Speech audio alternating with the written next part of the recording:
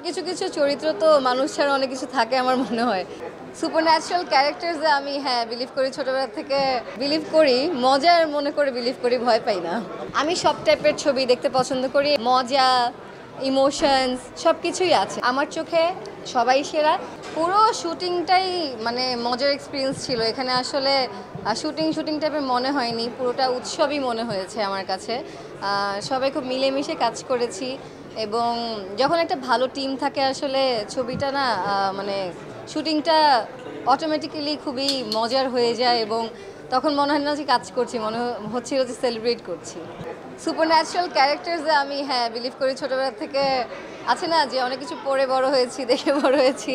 So stories তো আমি যেহেতু এর আগেও হররের কাজ করেছি অ্যান্ড ইট ওয়ার্কড, মশারি। সো কিছু কিছু চরিত্র তো মানুষ ছাড়া অনেক কিছু থাকে আমার মনে হয়।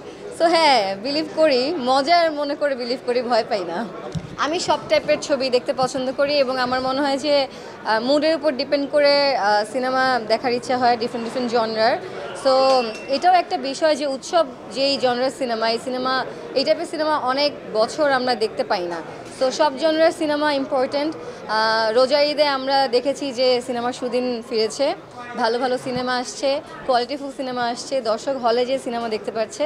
এবং উৎসবে একটা বড় জিনিস হচ্ছে বাচ্চা কাচ্চা পুরো ফ্যামিলি সবাইকে নিয়ে সিনেমাটা দেখতে পারবে এবং এখানে ধরেন মজা, ইমোশনস সব কিছুই আছে। সো সব দিক দিয়েই আমার মনে হয় সবাই অনেক লাইক করবে।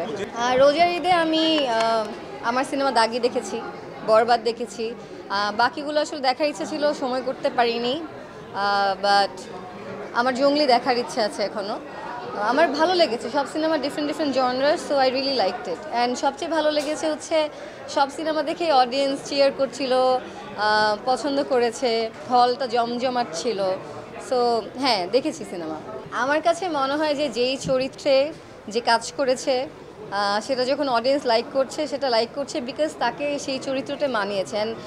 অ্যাজ অ্যান আর্টিস্ট আমি বলবো যে ধরেন আমি আজকে একটা চরিত্র পেলাম, আমি আমার মতো করে করলাম, ওইটা হয়তো আমি ভালো করে করতে পেরেছি, ইট ওয়ার্কড।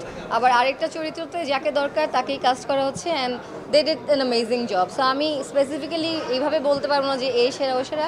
আমার চোখে সবাই সেরা, যে যে যার কাজটা ঠিকমতো করেছে অ্যান্ড ইট ওয়ার্ক, সবাইকেই ভালো লাগে।